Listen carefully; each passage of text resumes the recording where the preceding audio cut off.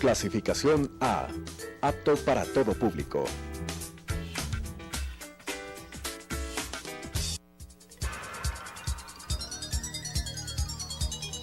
Las opiniones vertidas en este espacio por la producción y dirección del programa son de exclusiva responsabilidad de sus autores y de quienes intervienen en ellos.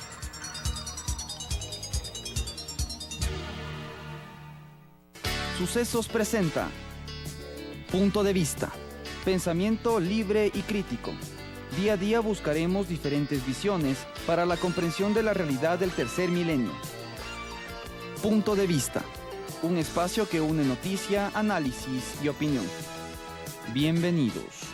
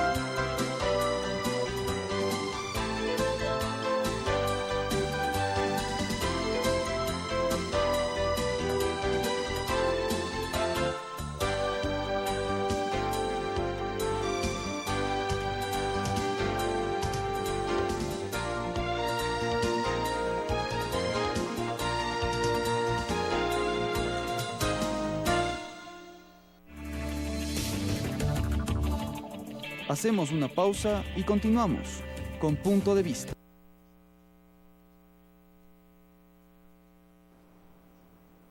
Gracias por continuar con nosotros en este doble espacio de radio y televisión entre Radio Sucesos y Telesucesos. Hoy tenemos como invitado a Sebastián Mantilla.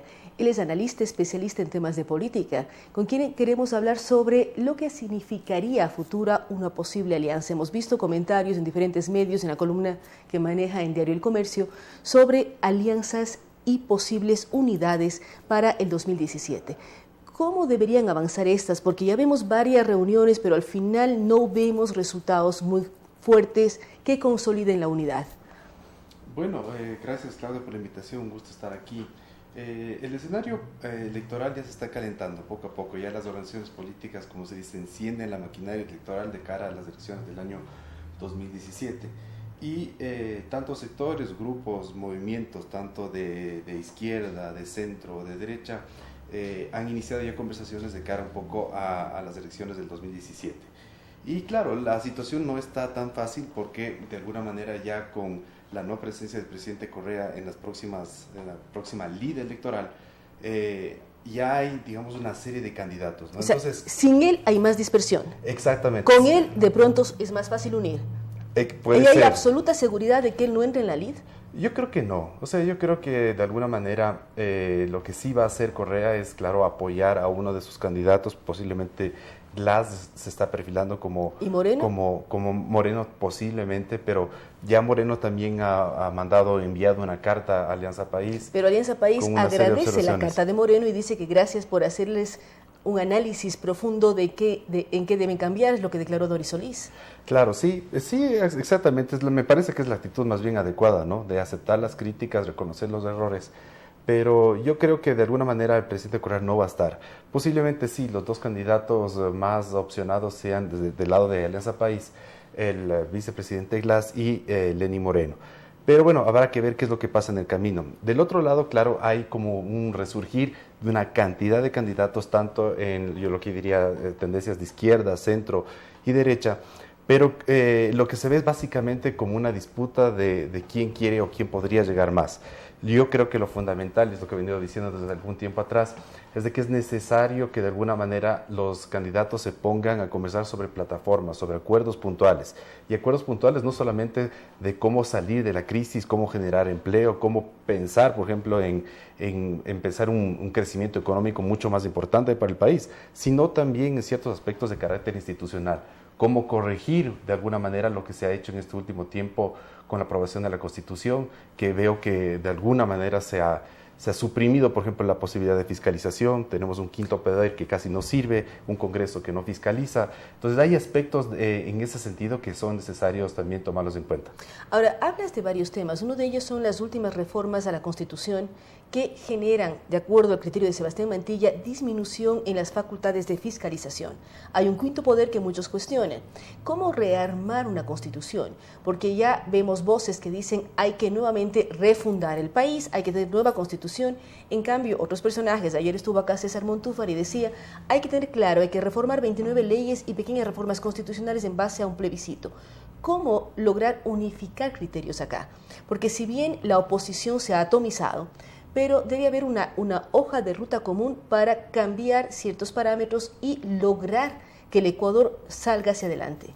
Claro, yo creo que ahí es importante que las mismas organizaciones generen espacios de diálogo, de debate dentro de sus propias organizaciones y también con otras con las cuales se quiere construir una alianza.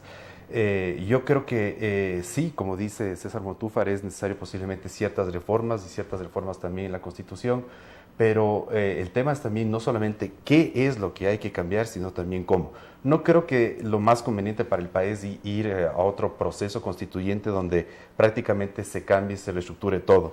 Pero sí es importante tomar en cuenta en ciertas reformas que nos permitan, por ejemplo, a la final tener una justicia independiente, un quinto poder, que yo creo que este quinto poder no ha servido en estos 9 años. Debe haber el famoso quinto poder, el Ecuador, en donde se está discutiendo si existe o no independencia de poderes. ¿Qué sacamos con 5? Mire, usted ve, por ejemplo, la estructura institucional, la estructura democrática que tienen algunos países en América Latina y en Europa, y si usted analiza con profundidad, va a ver que prácticamente casi todos los estados tienen 3 poderes, el poder ejecutivo, el poder legislativo y el poder judicial. Creo que en el caso, por ejemplo, del quinto poder y este cuarto poder, que es el Consejo Nacional Electoral, no ha servido prácticamente de mucho en estos últimos años. Entonces creo que en ese sentido habría que revisar alguna parte de la Constitución donde se refiere a ese quinto poder y más bien reestructurar este Estado en función yo digo, no es cuestión de inventar el agua tibia, ya hay cosas que se pueden observar en otros países, hay experiencias que funcionan y creo que ese es un reflejo, un espejo para el país para un poco reestructurar. Creo que es importantísimo que se tome en cuenta de que el país no puede ir el país de tumbo en tumbo. Creo que es importante que de alguna manera ya se visualice un tipo de Estado que permanezca, digamos, estable, permanente, en términos institucionales, ¿no? De aquí a 5, 15, 20, 30 años. Y prácticamente en base de eso sigamos avanzando. Si usted ve, por ejemplo, la Constitución norteamericana, la Constitución norteamericana se mantiene intacta desde su fundación. O hay países que no tienen Constitución también. O sea, vamos pero son muy pocos. Uno puede hablar de Reino Unido e Israel. Sí, exactamente. Son muy pocos los países que no tienen Constitución. Pero si usted ve, por ejemplo, en el caso de Estados Unidos, en el caso de Inglaterra, o Gran Bretaña igual incluso, son constituciones que se mantienen y se han reformado realmente muy poco. Entonces creo que en ese sentido... El espíritu se mantiene y se van adaptando en un momento dado al tema de los tiempos, de los cambios que necesitan, pero son cambios mínimos. Son cambios mínimos. Y son entonces, constituciones cortas, sí, no tienen 444 artículos. Exactamente, entonces yo creo que es importante en ese sentido hacer un trabajo, creo que ya ahora sí un poco más serio, que nos permita, por ejemplo, tener una democracia que perdure en el tiempo, que sea una democracia que no lleve al autoritarismo, a la concentración del poder, y a un tema que, por ejemplo, es de preocupación no solo en el país, sino en América Latina, el crecimiento de la corrupción. O sea, ¿cómo podemos construir democracias? ¿Cómo podemos construir instituciones que nos permitan de alguna manera combatir mucho más la corrupción? En el caso, por ejemplo, mire usted de Venezuela, se hizo una constitución, en el caso de Bolivia se hizo una constitución, en el caso de Brasil no se hizo una nueva constitución, pero bueno, fue otro país que se enrumbó dentro de este cambio de gobiernos progresistas de la izquierda. ¿Y a dónde nos ha llevado? Un mal global.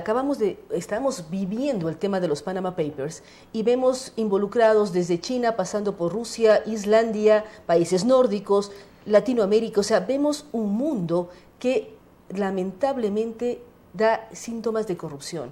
¿Cómo luchar con ello? Porque también vemos lo que pasa en Brasil, que estaba utilizando como ejemplo, con nueva constitución o sin nueva constitución.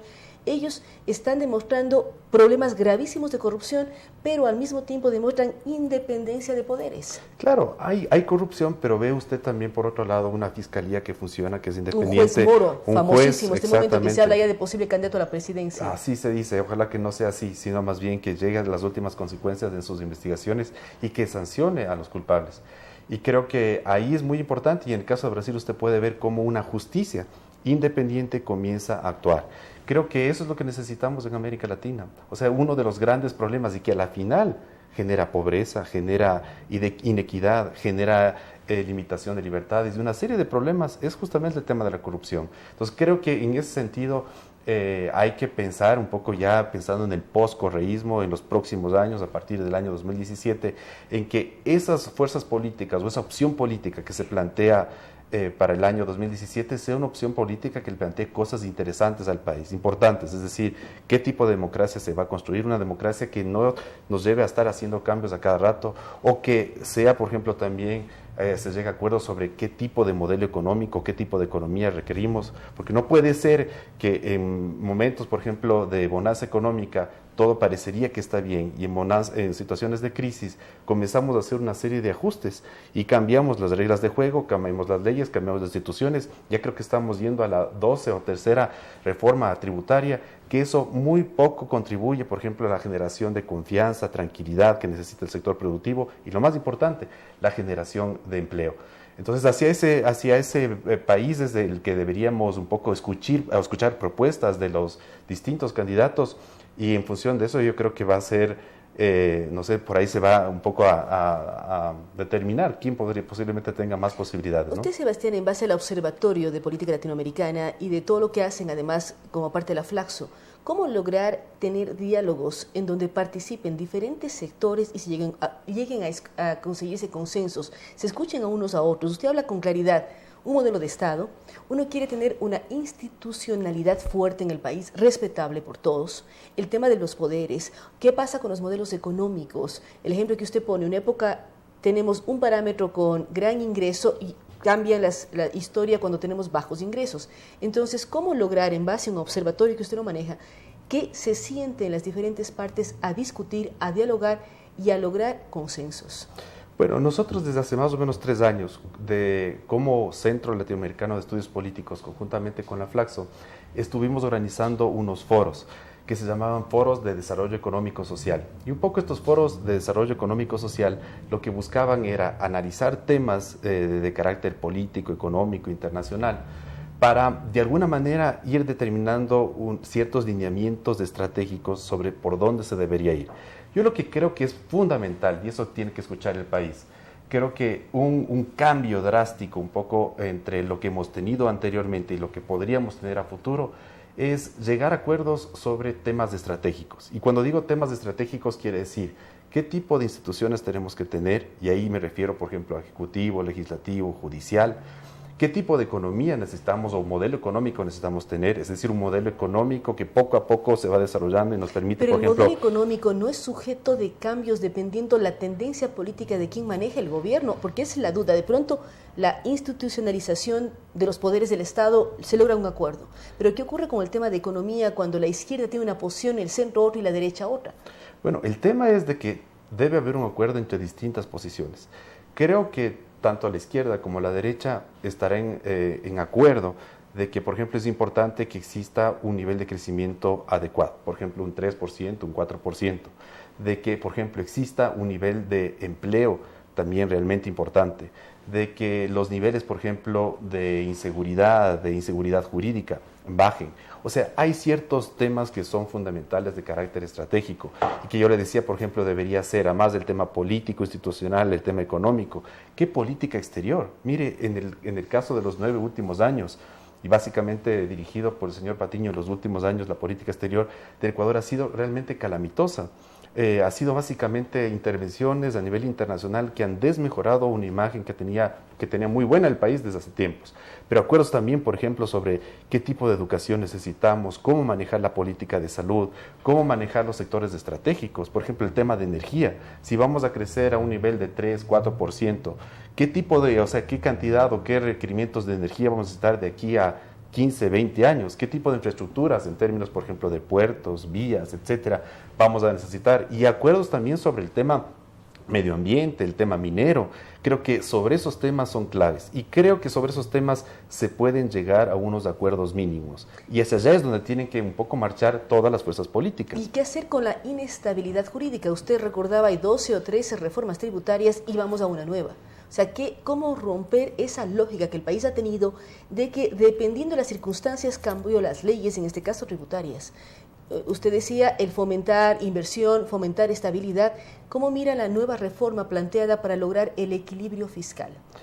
Verá, son parches. A mí me apena mucho, ¿no?, que en el país siempre estemos viviendo un poco, seamos producto de la improvisación. Si es que de alguna manera ya hubiera habido este tipo de acuerdos que yo le comento hace muchos años atrás, si hubiera llegado a un acuerdo donde simplemente se determina que, por ejemplo, un impuesto o los impuestos al IVA o el impuesto a la renta serán de tanto por ciento, o por ejemplo en el tema del impuesto de la salida de capitales. O sea, el problema es de que se improvisa y se improvisa básicamente un poco para cubrir parches en relación de un mal manejo económico. El gobierno no ha dado anuncios y no ha hecho, por ejemplo, ajustes. El Ecuador, si usted compara con el resto de países de América Latina, tiene o está en el primer lugar del nivel de gasto corriente. Es decir, es uno de los países como Estado somos el que más gastamos en gasto corriente desde el mundo público. Sí, creo que está en el orden del 46% del PIB, del Producto Interno Bruto. Es decir, no estamos hablando como de montos. Claro, Brasil tiene una economía mucho más grande, pero si usted hace una relación del gasto corriente, del gasto público frente al Producto Interno Bruto, el país, el Ecuador, mantiene desde hace 3, 4, 5 años el nivel de gasto más grande, 46%. Y eso no significa inversión bajo ningún punto de vista. No, gasto corriente es gasto en sueldos y salarios, en movilizaciones, en ¿cómo se llama?, sabatinas, gastos, etcétera, 2 aviones presidenciales, etcétera. Es un gobierno que ha derrochado la plata del país en estos últimos años.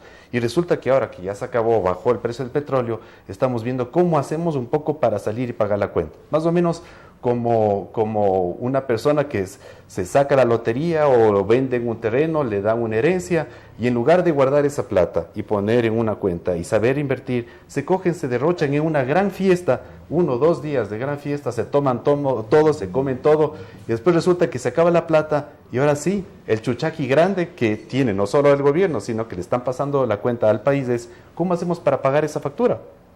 Entonces, creo que ante esa improvisación... El problema es cómo continuamos pagando esa factura, porque no es que el gasto corriente está disminuyendo, porque ya se gastaron, pero seguimos gastando y los ingresos no son los mismos. Exactamente. Entonces, lo que nosotros, como le comentaba hace un momento, nosotros con este espacio que estábamos generando, espacio de generación de diálogo, de debate sobre política pública, la idea es justamente llegar a acuerdos mínimos sobre cómo manejar la economía, cómo es fijar límites, por ejemplo, el tema del gasto, al nivel de endeudamiento. ¿Cómo puede ser que en estos años que hayamos tenido unos ingresos extraordinarios por el ingreso de petróleo, nos hayamos endeudado muchísimo más? Ahora creo que la deuda pública del país está en cerca de 34.000 millones de dólares, cuando teníamos hace apenas unos pocos años estaba en el orden de 18.000. ¿Qué pasó?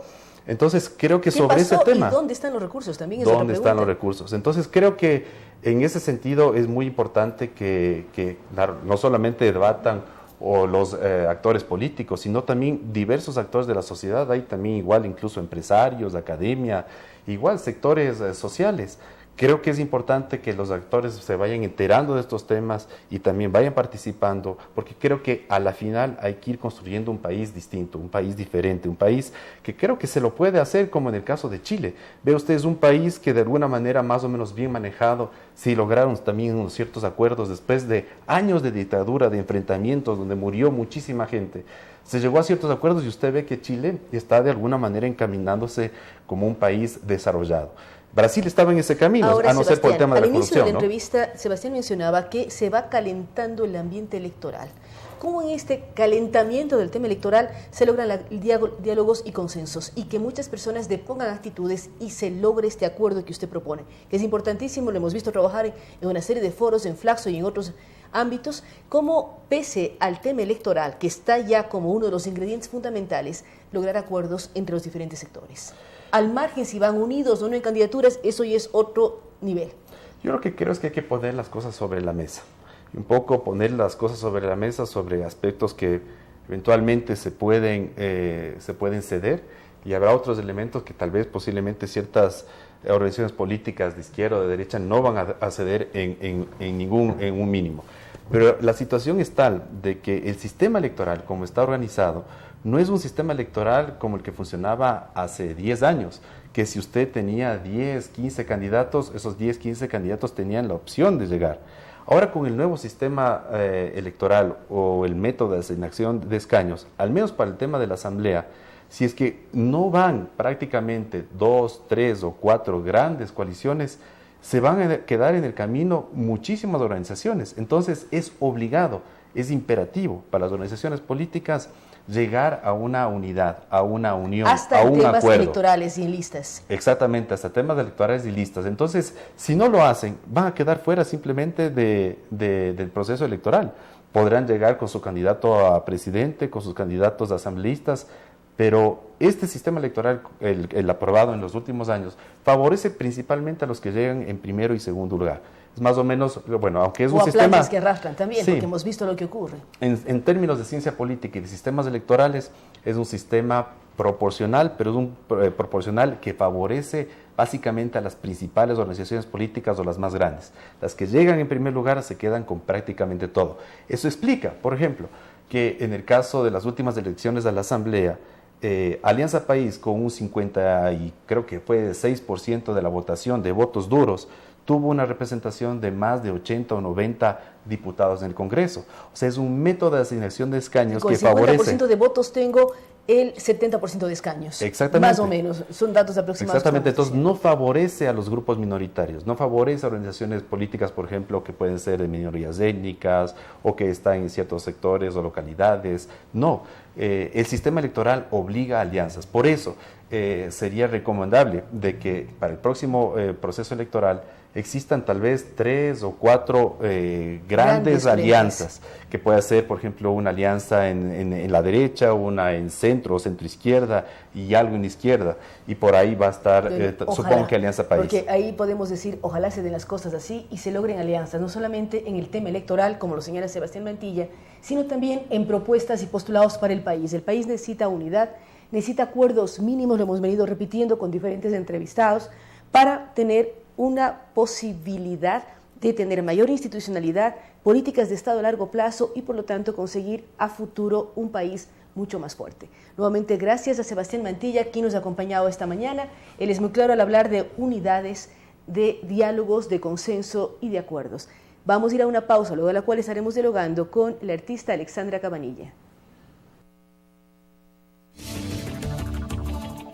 Hacemos una pausa y continuamos con Punto de Vista.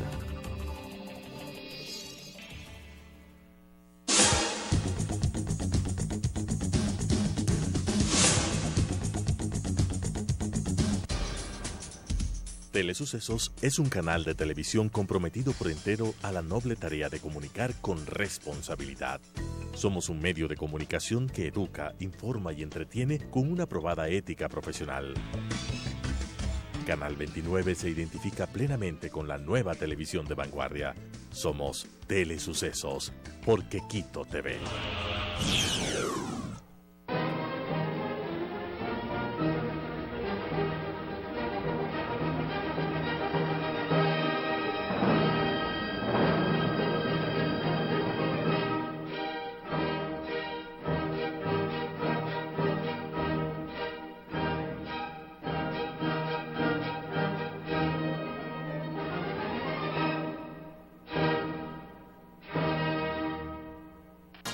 Sucesos Internacional. Las principales noticias del acontecer mundial con nuestras agencias oficiales de noticias aliadas.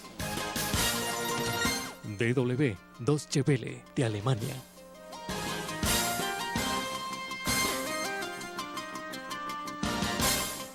RT Russia Today.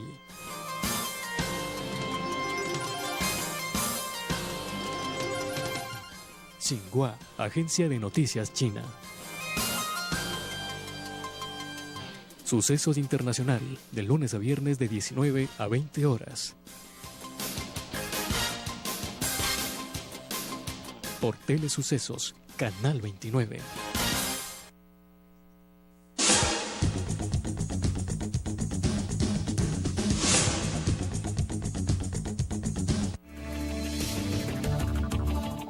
Con estas ideas y opiniones, regresamos con Punto de Vista.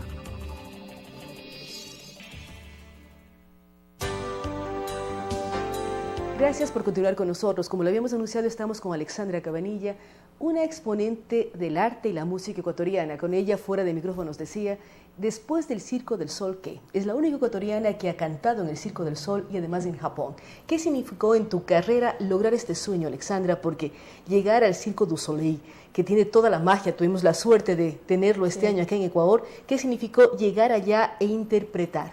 Bueno, primero que todo, gracias por el espacio y bueno, compartir también con otros compatriotas que sí han estado en el circo, pero obviamente en otras artes. Sí, soy la primera cantante ecuatoriana en el circo y para mí significó una escuela de tenacidad, de trabajar profesionalmente en una empresa como esta. Fue la verdad importante en mi vida dar ese paso. Estuve un año viviendo en Japón, además, que es así que fue una experiencia lindísima. Creo que tengo hasta ahora una conexión grande con Japón. Debo otra visita, necesito estar otra vez allá. Hice muy buenas amistades, me gustó mucho la cultura, aprendí muchísimo. Y para mí eso significó, sí, cumplir un sueño, una meta, una visión que tenía. Y ahora vienen otras metas, otros sueños. ¿Cómo conseguir lograr metas? Porque muchas veces los jóvenes se cohíben un poco a soñar, en ponerse metas tan altas como llegar a donde ha llegado Alexandra. Sí. ¿Cómo poner esas metas y tener la tenacidad para llegar a ellas? Yo creo que primero que todo hay que tener la certeza de que lo vas a cumplir. El sueño nace de adentro. Nadie más tiene ese mismo sueño y nadie más sabe cómo realizarlo, solo tú sabes cómo hacerlo. Entonces, creo que es importante escribirlo, visionarlo y estar ahí pendiente, insistente en que lo vas a lograr y pasa. Es como una lista de cosas que son tus sueños. A la final es tu visión, es tu no sé, el ser de tu existencia aquí en el mundo es eso. Y tener claro eso para mí fue 4 años de estar insistiendo y viendo la forma de cumplirlo. Y trabajando y preparándose, porque Claro. no es tan simple.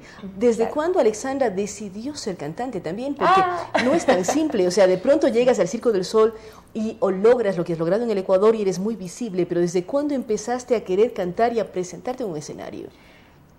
Para mí comenzó la música, me acuerdo claramente, en una academia que se llamaba Do Re Mi.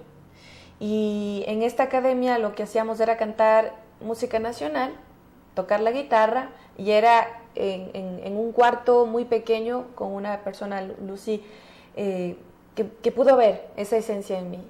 Y de ahí poco a poco estuve desde pequeña en academias, después fui al conservatorio, de ahí estuve en la FOSGE y de ahí me gradué de música en la universidad. Entonces, definitivamente estaba llamada a hacer música en esta vida, pero no quita que hay otras prioridades también, que a veces uno se como que dice, bueno, ¿y ahora la música? Sí. De la música uno vive, de la música uno se alegra, se inspira y es inspiración y luz para los demás. Entonces, desde pequeña yo supe que la música estaba en mí y tenía que hacer algo con eso. Y ahora se ven los resultados. Ven resultados, estás de regreso en Ecuador, estás con una iniciativa que se llama Misquilla, Sí. conjugada con Juan Fernando Velasco, además Sí. es un bar. Quisiera que nos cuentes qué estás haciendo en Misquilla y cómo podemos ir a escucharte. Bueno, fue un punto crítico en el que yo estaba. Estaba decidida a salir de nuevo, tenía ganas de ir a México y de repente el Juanfer me escribió y me dijo, oye, ¿estás aquí en Ecuador? Y le dije, claro, porque él siempre creía que yo estaba afuera, ¿no? Y le dije, claro, sí, ¿estás con algo? Y le dije, no, justamente estoy esperando una propuesta de las que tú me vas a proponer. Tuvimos un café y me dijo, oye, no te vayas, en serio, necesito que le metas a este proyecto mío que se llama Misquilla. Es un bar que le estoy metiendo mucho cariño y que está respetando la música nacional. No existe, bien o mal, en Quito, en la capital, un lugar en donde se pueda exponer música nacional de la manera en que lo estamos exponiendo. Además, hay comida ecuatoriana, tragos ecuatorianos, hechos ahí en Misquilla. Y para mí ese fue un llamado en decir, cree en tu país, anda a tus orígenes, conéctate con ellos nuevamente. Y eso es lo que estoy haciendo. Me encanta, estoy enamorada de mi trabajo.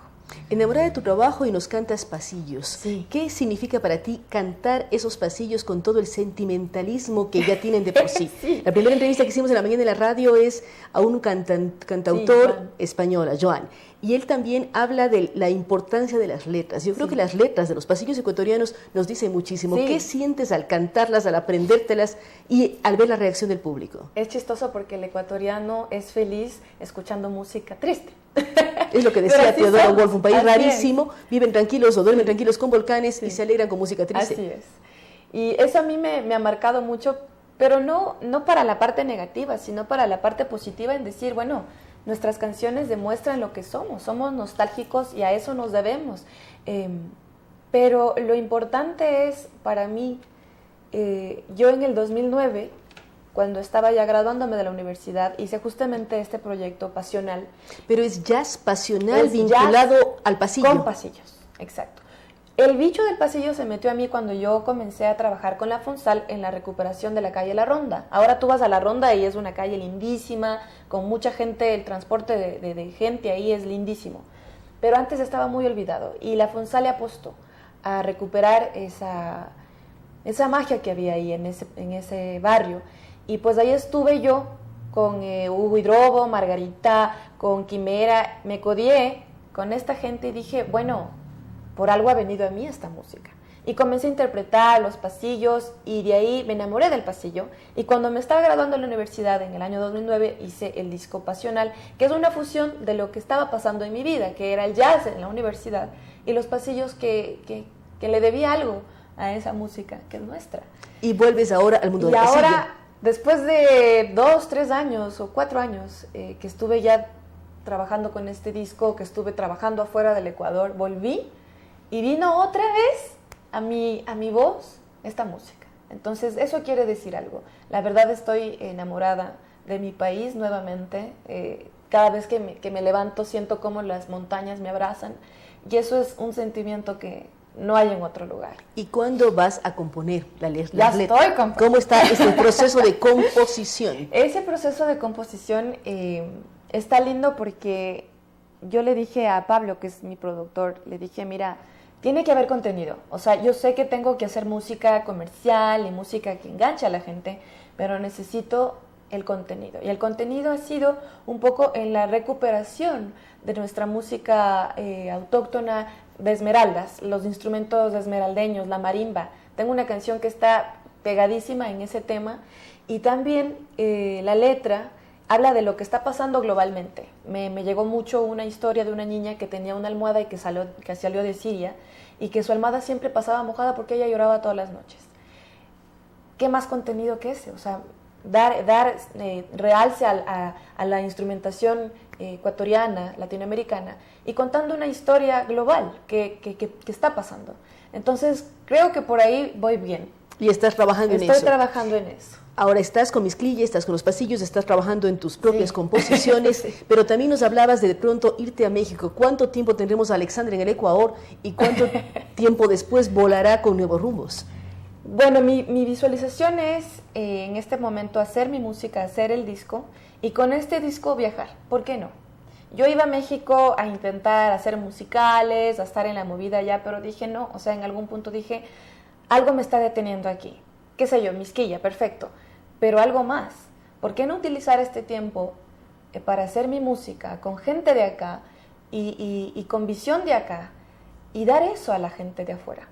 A nuestros compatriotas que están afuera también. Pero ¿por qué no ser una buena representante desde aquí adentro? Eso es lo que a mí me llegó en estos meses que he estado aquí en Ecuador. Dije, basta ya. Cuando uno está afuera extraña mucho. ¿Por qué no aprovechar cuando uno está adentro? ¿Y volver al Circo del Sol es una posibilidad o no? Sí, sí es una posibilidad. Lo tengo visualizado. Es una vida dura. Es una vida la vida dura. del circo en sí misma es dura. No se diga Sí. uno que demande tanto como el Circo del Sol. Sí, es una burbuja ahí que te envuelve y no haces más que vivir, comer, dormir con el circo. Estoy joven y eso es lo que me impulsa a decir, bueno, estoy joven, no tengo hijos, no estoy casada, o sea, todavía puedo como que tener esa libertad de entregarme a un circo, una vida de circo, que no es así normal. Pero por otro lado siento que esa juventud la puedo entregar a mi país. ¿Y por qué no? Ya fui la embajadora, ya estuve, ya lo hice. Ya lo lograste. Ya lo logré. ¿Por qué no ahora dar esa meta y ese camino a los jóvenes y unir música, unir gente? Eso es lo que falta en la vida cultural de Quito, la unión. Muchísimas gracias a Alexandra Cabanilla, una joven cantautora ecuatoriana, que ella dice, ya lo logré, logró estar fuera, triunfó fuera, está de nuevo acá, hay que apoyarla, hay que ir a Mixquilla, cantar con ella en los pasillos, que creo que todos los ecuatorianos los conocemos, sentir esa magia. Y lo que ella decía, despertar y sentir las montañas que nos abrazan aquí en Quito o en cualquier parte de la serranía ecuatoriana o ese horizonte sin límites de la costa. Sentir que somos orgullosamente ecuatorianos y que este país tiene mucho que dar. Es un apoyo para las artes, una forma de decir, se puede ser artista y sobrevivir en el intento, y muy bien como lo ha hecho Alexandra Cabanilla. Gracias nuevamente a ella por acompañarnos. Vamos a ir a una pausa y estaremos dialogando con el escritor Rafael Lugo.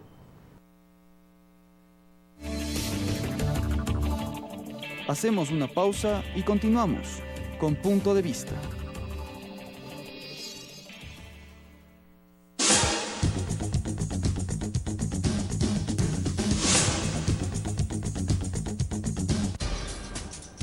Telesucesos es un canal de televisión comprometido por entero a la noble tarea de comunicar con responsabilidad.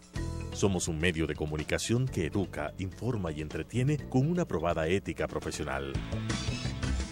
Canal 29 se identifica plenamente con la nueva televisión de vanguardia. Somos Telesucesos, porque Quito te ve.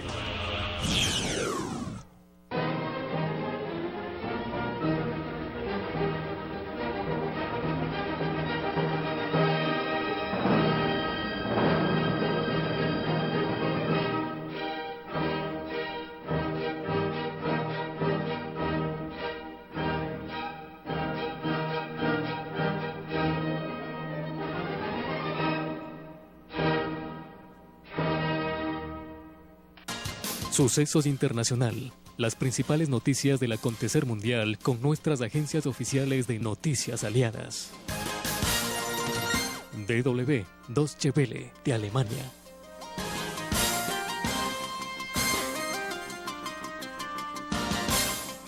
RT, Russia Today.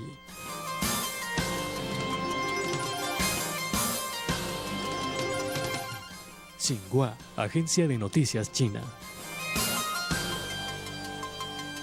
Sucesos Internacional, de lunes a viernes de 19 a 20 horas. Por Telesucesos, Canal 29.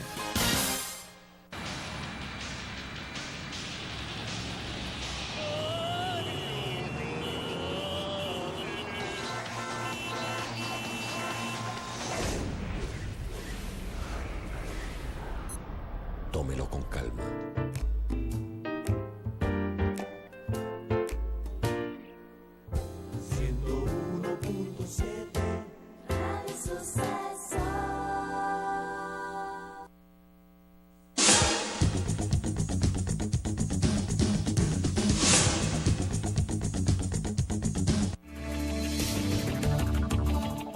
Con estas ideas y opiniones, regresamos con Punto de Vista.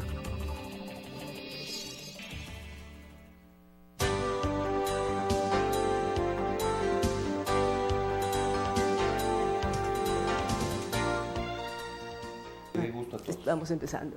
Gracias por continuar con nosotros. Estamos dialogando aquí con Rafael Lugo, que fuera de micrófonos decía, es escritor, es muy seguido en su columna en Soho, y discutíamos si lo leen más hombres o mujeres. ¿Por qué esta duda, Rafael, cuando en Soho escribe de una manera irreverente de varios temas de la cotidianidad? Porque no es que sea nada científico, sino más bien cotidiano, que a uno le hace reír, le hace disfrutar de los artículos que nos trae en Soho. Buenos días, Claudia. Había la duda de si habían lectoras mujeres de la revista. Incluso la revista tiene una frase que es un poco sarcástica, ¿no? Que es una revista prohibida para mujeres. Pero en algún estudio que hizo la editorial sobre lectoría, apareció algún dato de que había probablemente más mujeres las que leían. Pero ¿por qué ponen como prohibida para mujeres? Para que las mujeres sintamos la necesidad de ver que es prohibido para nosotros. Yo creo que es solamente un juego de marketing, ¿no? De llamar la atención a través de prohibir algo, ¿no? Que realmente no es una prohibición, es solamente una broma que puede generar un morbo adicional, una curiosidad adicional. Porque la revista no es machista, no tiene tema exclusivamente de hombres, no está... Solamente una que otra tiene fotografía discutible. Yo no pienso que sean discutibles las fotografías, ¿no? Porque son actos voluntarios tanto de las modelos como de los fotógrafos, como de los editores. Hay un deseo de salir. No sé si usted alguna vez salió en bikini en Vistazo. Nunca he salido en bikini en No, Vistazo. No, he salido con otro tipo de ropa en Vistazo. Sí, no, pero era una foto también hace algún tiempo, me estaba acordando cuando venía para acá. Es el tema de el cuerpo no tiene nada de malo, ¿no? No tiene nada de malo y además es como se lo hace. No puede ser el mundo artístico, no sentirse como objeto una mujer y se puede hacer otros parámetros en eso. Y al mismo tiempo es un bloguero muy activo. ¿Qué significa tener un blog y tener múltiples seguidores en él? No estoy tan seguro de cuántos seguidores tenga. El blog es una herramienta sensacional desde el punto de vista de que uno es responsable y dueño de ese blog. Entonces, no tengo control de contenidos, tampoco estoy haciéndole quedar mal a un medio en el que puedo estar trabajando, digamos, no estoy jugando el riesgo que no es mío a un dueño de un medio, por ejemplo. Es totalmente libre, es de acceso mundial, incluso si es que alguien puede teclear desde cualquier parte, ingresa, entonces tiene una variedad de pros, ¿no? ¿Qué recomendaciones daría para quienes quieren escribir y ser blogueros? Rafael hablaba de ser activista en uno de los artículos. ¿Cómo convertirse en activo? ¿Qué nomás debería reflejar un blog? Porque uno mira blogs de cocina, blogs de música, blogs con toda la inmensa variedad del conocimiento, los saberes y los intereses de los seres humanos, pero ¿hacia dónde debería uno buscar generar opinión? Bueno, creo que buscar hacia afuera no es la fórmula, sino hacia adentro, es decir, qué es lo que le gusta a uno, ¿no? Y de qué quiere hablar. Y comenzar leyendo los temas que a uno le interesan para poder producir. Es el que no consume no produce en el tema de escribir, ¿no? Entonces, y en el camino de encontrar los temas que a uno le llaman la atención, resulta que hay otra gente que tiene el mismo interés y esos pueden ser los que usted dice, los seguidores, ¿no? Los seguidores. Pero, ¿O siente que Rafael Hugo le da diciendo a uno cosas que también siente? Usualmente eso ocurre cuando alguien dice, ¿qué tipo tan inteligente no? Uno se siente identificado y automáticamente piensa que el otro es brillante, solamente porque está pensando igual que uno. Pero yo prefiero incluso tocar temas que no sean fáciles de vender, más bien, si se lo puede llamar de una manera, ¿no? Que sino un poquito golpearle obligarle a la gente a mirarse al espejo, a analizar, a ver si es que hay algo de autocrítica que tenga que ser utilizado, porque uno de los dramas nuestros del Ecuador es que la autocrítica no existe, ¿no? O sea, la crítica es vista como insulto, ¿no? Es como una ofensa y no es tomada nunca como una invitación para revisar algo, para mejorar, que es necesario, ¿no? Y eso lo vemos en todos los niveles del país, ¿no? Decirle a alguien, oiga, señor, esto está mal, yo sugeriría esto, parquéese bien, es una ofensa, ¿no? No sabes con quién estás hablando, es la respuesta por lo general. Entonces, prefiero más bien irme por ese lado, por la invitación a hacer algo diferente, ¿no? Porque todos queremos un país distinto, pero no queremos ser distintos nosotros. Y yo tengo, el internet permite hacer mediciones, ¿no? De los ingresos a los artículos que entran al blog. Y usualmente, y se puede medir la cantidad, se puede ver el tiempo, el tiempo que demoran en leerlos. El tiempo que se demora la gente ahí, cuántas veces es compartido, porque a través de redes sociales se comparte. Y yo tengo una como estadística pequeña que no tiene ningún valor científico, que es de mi blog, que esos artículos que invitan a la reflexión hacia adentro son los menos leídos, son los menos difundidos, los menos compartidos, son los que un poco pasan de agache. O los que generan molestia en los lectores porque se sienten aludidos. Justamente por eso, porque moverle de la comodidad a la gente no vende, ¿no? Y a veces que tengo ganas de hacer algún artículo, en cambio, que puede señalar los defectos de un tercero, ¿no? Por ejemplo, tipos de malos maridos, ¿no? Ese es un hit, ¿no? Eso sí se convierte en una cosa casi viral. Porque además quienes leen o se identifican en qué tipo están o de qué tipo tienen. Sí, exacto. Sobre todo qué tipo tienen, ¿no? En todo esto, Rafael sobre todo es escritor. Me cuesta mucho, honestamente, lo he dicho varias veces, me cuesta mucho llamarme o autodefinirme como escritor. No sé. Realmente. Pero hasta habla de que tiene un síndrome cuando acaba una obra. Sí, bueno, me ha pasado, he escrito y me ha pasado que me quedo como vacío, como ansioso, inconforme. Publicar es un acto de revelación, de desnudarse, ¿no? Y también de culminar una etapa en la que uno ha estado muy, muy atado a algo, a una actividad propia. Es casi como cambiar de trabajo, como dejar una casa, como separarse de un amigo, dejar un libro que está uno escribiendo durante 1 año, 2, 3 años, y luego dejarle ir a ver cómo le va. Es una cosa un poco deprimente, puede ser. O nostálgica, porque se acaba esa razón de vivir que es en un momento dado el escribir el libro. Sí. Pero cuando el libro ya crece, está hecho, el hijo creció, se fue. Sí. Y además hay que esperar cómo es recibido por el público. Sí, y luego pensar si ya dije todo, si luego ya no tengo nada más que decir. Por suerte con el tiempo he ido aprendiendo que primero no hay obligación de escribir, segundo no hay apuro, especialmente no hay apuro porque... Y nunca hay un editorial que le dice, ¿y para cuándo el nuevo libro? Bueno, recibí una invitación que no cumplí, porque no fue la época en que yo podía escribir, no tenía nada que decir. Pero no me pasa que alguien esté reclamando un libro. Y como les decía, por suerte no hay apuro. En la literatura o en el tema del arte, con el tiempo uno mejora, no es como en el fútbol, ¿no? Entonces, pasan los años y no es pérdida, es ganancia. Entonces, por eso he aprendido a no apurarme a hacer Rafael nada. decía, el blog tiene una ventaja que uno dice lo que quiere decir. En una entrevista, ¿qué es lo que Rafael Lugo quiere decir? Lo que estoy diciendo ahorita, contesto las preguntas que me hacen y como soy invitado, entonces todo bien, ¿no? ¿Y cuando es entrevistador? La cosa se complica. Yo he tenido algunas experiencias en este mismo medio. Aquí en esta misma casa tuve durante casi 3 años un programa junto a mi amigo, colega, escritor y abogado Oscar Vela, donde teníamos que además estuvo la semana pasada también Oscar aquí hablando de García Márquez. Y estuvimos hablando era un programa dirigido a la cultura, pero terminaba siempre en la política y terminaba siempre en la discusión de la cotidianidad y todo. Entonces siempre sí supimos que alguna vez hubo alguna queja, alguna cosa, ¿no? Entonces es un problema, se vuelve un compromiso con los dueños de los medios. Ellos son los que se juegan el tema, entonces es mejor, para mí, por eso el blog, ¿no?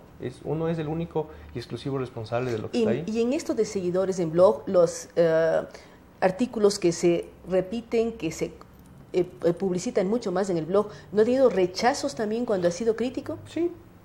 Sí, ahora yo no soy masoquista, entonces alguna vez yo hice un artículo contra un político que se hizo muy conocido y enseguida el blog se llenó de insultos y que eran pero a leguas a raíz de esto. Entonces, como no soy masoquista ni me pongo a discutir con los troles, ¿no?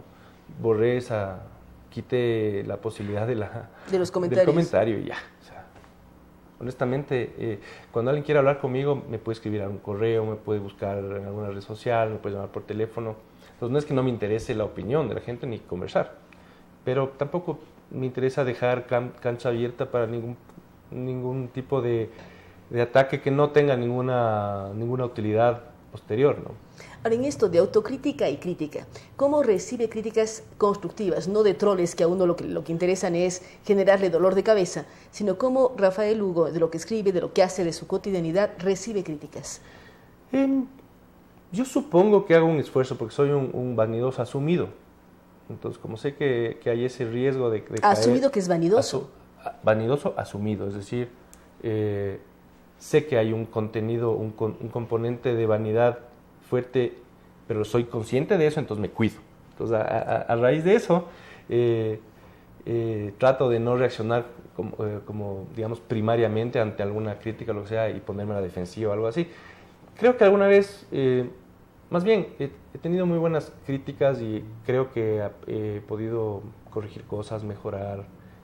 La mejor crítica que recibí en la vida fue de mi amiga María Fernanda Heredia, que es no hace falta decir una gran escritora y que actualmente vive en Perú. Sí, ella alguna vez me dijo, verás, vos eres irreverente y te gusta criticar un montón de cosas. Tienes que conocer mucho lo que criticas.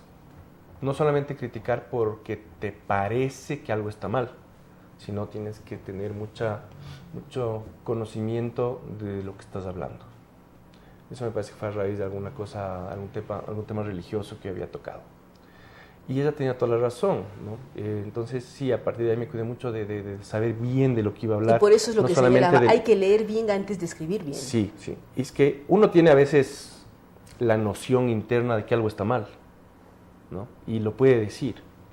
No me parece bien, pero el no me parece es la mitad del camino, ¿no? Luego hay que decir por qué. Y ese por qué es el que uno tiene que investigar, ¿no? ¿Y qué recomendaciones puede dar a quienes son figuras públicas para que sean tolerantes a la crítica y generen además autocrítica? Porque uno en base a los comentarios de otros se mira más y se da cuenta de los errores que puede cometer o que está cometiendo. No, yo no lo llamaría recomendación y en figuras públicas tenemos un espectro variado, ¿no? Por ejemplo, figura pública futbolistas y figura pública políticos, para separar. O reina de belleza versus presidente. Y no, yo me iría por el lado de los futbolistas porque ellos son un gran ejemplo de autocrítica. Nuestros futbolistas asumen las críticas, aceptan insultos, a veces juegan mal un partido y piden perdón, pese a que son profesionales que están haciendo lo mejor que pueden y todo. Y no obstante, ellos sí asumen, reciben, saben que aceptan que el hincha que no sabe patear la pelota le insulte por no hacer un gol en el Mundial. Y el resultado es que esa autocrítica que han desarrollado ellos y esa posibilidad de ser humildes frente al que ni siquiera sabe de lo que está hablando, les ha hecho jugar a niveles que ningún otro profesional ecuatoriano está. O sea, ser cotizados en el mundo entero. O sea, deben haber obviamente algunos profesionales ecuatorianos en el mundo, en empresas gigantes, pero nuestros futbolistas lo han logrado, ¿no? Y los políticos, en cambio, por todo lo contrario, es decir, no asumen la crítica, ¿no? Lo reciben como un acto, un ataque, y siempre ven el componente de probablemente este es un opositor, este me quiere quitar el puesto, ¿no? Y no es necesariamente eso, pero es un asunto general, ¿no? Es lo que hablamos al principio. O sea, con poquita autocrítica este país estaría mucho mejor. ¿Cómo hacer una serie de elementos, por ejemplo, y cómo enseñar? Porque a veces en los blogs, a veces las redes sociales generan que las personas escriban sin cuidar las formas. ¿Cómo apuntar a mejorar el manejo del lenguaje? Uno es comunicador, busca trabajarlo, pero no existe, sobre todo en las nuevas generaciones, mayor conciencia de ello.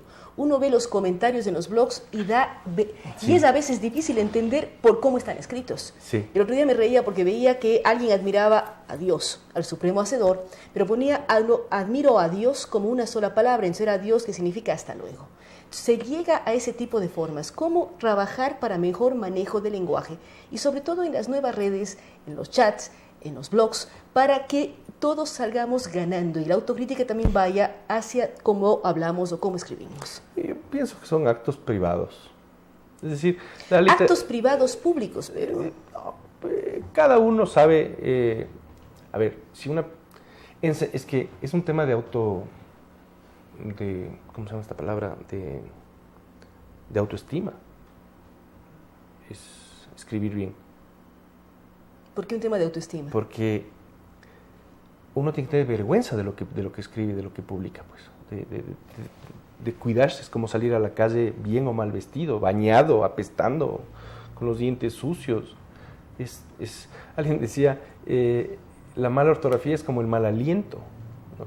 Y es verdad. Entonces, si a alguien no le importa cómo escribe y lo publica para que sea algo leído por mucha gente, y no le importa realmente cómo está escrito eso, es porque esa persona no tiene autoestima, comenzando por ahí. Porque el acceso a la información está. Ya no se puede hablar de que no hay acceso a información, el Internet está ahí. O sea, usted ya no se puede decir yo no tiene el mundo en sus manos. El mundo está en las manos, la bola de cristal está ahí, y es gratis o muy barato. Entonces, argumentar falta de acceso ya no se puede hacer. Y yo pienso que esa posibilidad no está entre las excusas de la gente. Entonces, por eso digo, es un tema privado, es un tema individual. Si una persona no tiene autoestima, no es cuestión de enseñarle ortografía, ¿no? Sino valorarse. Y además la literatura no ha salvado a la humanidad. La literatura puede salvar personas, pero no salva a la humanidad. Es decir, si fuera así, Borges le salvaba a Argentina del peronismo y eso no pasó, ¿no? Pero sin duda hay muchos argentinos que son 100 veces mejores de lo que pudieron ser por haber leído un libro de él, ¿no? Y lo mismo pasa en este tema masivo que existe ahora, en el que todavía no alcanzamos a comprender el fenómeno de las redes sociales. Humberto Eco se pronunció un poco antes de morir al respecto. Y lo masivo no va a ser nunca en ninguna parte del mundo controlado ni mejorado. La masa no, nunca, jamás en historia ni peor pero ahora. se pueden ir puliendo cosas y lo que usted dice, la autoestima es importante. Pero personas, o sea, puliendo personas y las que quieran. Entonces, si usted quiere llegar a 1 millón de personas, probablemente, pero de pronto nos sean pulimos 100. Un poquito leyendo los blogs y los sobre artículos todo leer, de es decir, no leerme a mí, digo, leer es para mejorar, si alguien quiere mejorar su educación primaria, su educación secundaria, su capacidad de expresión, la cantidad de palabras que usa, y etcétera. Es leer. Siempre decimos, un mundo sin límites es un mundo en donde existen libros, y donde a uno le abren la mente, le abre el espíritu, sí, y le genera otros mundos para ver y admirar. Abrir la mente a través de la lectura yo me siento un tipo rescatado por los libros, por ejemplo. Rescatado por los libros. Con esta frase, el tiempo no perdona, gracias a Rafael Lugo y a todos quienes nos han acompañado. Hay muchas frases que uno puede rescatar de Rafael Lugo, recordarlas permanentemente, como que él se siente un tipo rescatado por los libros, o que la ortografía es igual a tener mal aliento. Así es que cuidemos más del idioma. Yo sé que una comunicación de masas no es tan simple, pero cada uno de nosotros mejoremos nuestra autoestima, seamos mucho más autocríticos y hasta podemos mejorar la ortografía. Gracias a Rafael Lugo, quien es escritor, es bloguero, es crítico, es irreverente en varios temas, que nos ha acompañado el día de hoy, y a todos nuestros invitados. Un programa que ha tenido más un contenido artístico y cultural, pero también hemos hablado de temas políticos nacionales. Gracias por habernos acompañado, y también gracias a quienes nos apoyan diariamente, a la empresa municipal de agua potable, a EPMAPS, y a la cooperativa de la Policía Nacional. Con ustedes hasta el día de mañana.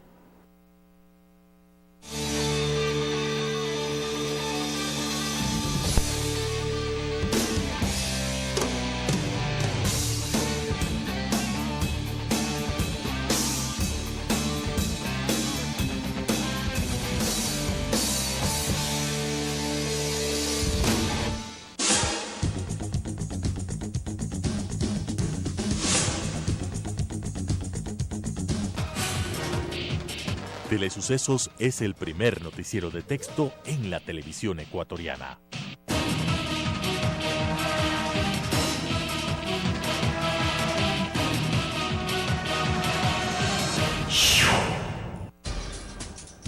Telesucesos es un canal de televisión comprometido por entero a la noble tarea de comunicar con responsabilidad. Somos un medio de comunicación que educa, informa y entretiene con una probada ética profesional. Canal 29 se identifica plenamente con la nueva televisión de vanguardia. Somos Telesucesos. porque Quito TV.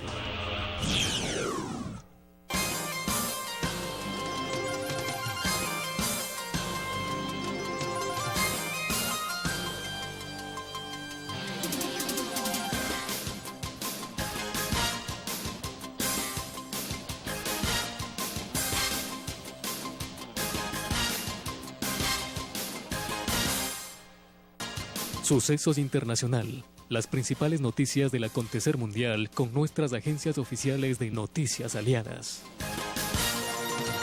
DW, Deutsche Welle, de Alemania.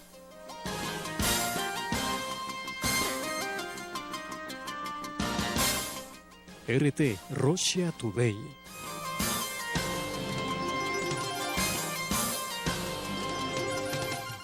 Xinhua, Agencia de Noticias China. Sucesos Internacional, de lunes a viernes de 19 a 20 horas. Por Telesucesos, Canal 29. Si usted busca un programa objetivo e imparcial que informe de manera clara los hechos del día a día de nuestra sociedad, sintonice Canal 29 Telesucesos y observe una nueva propuesta con su programa Charlando con Elizabeth.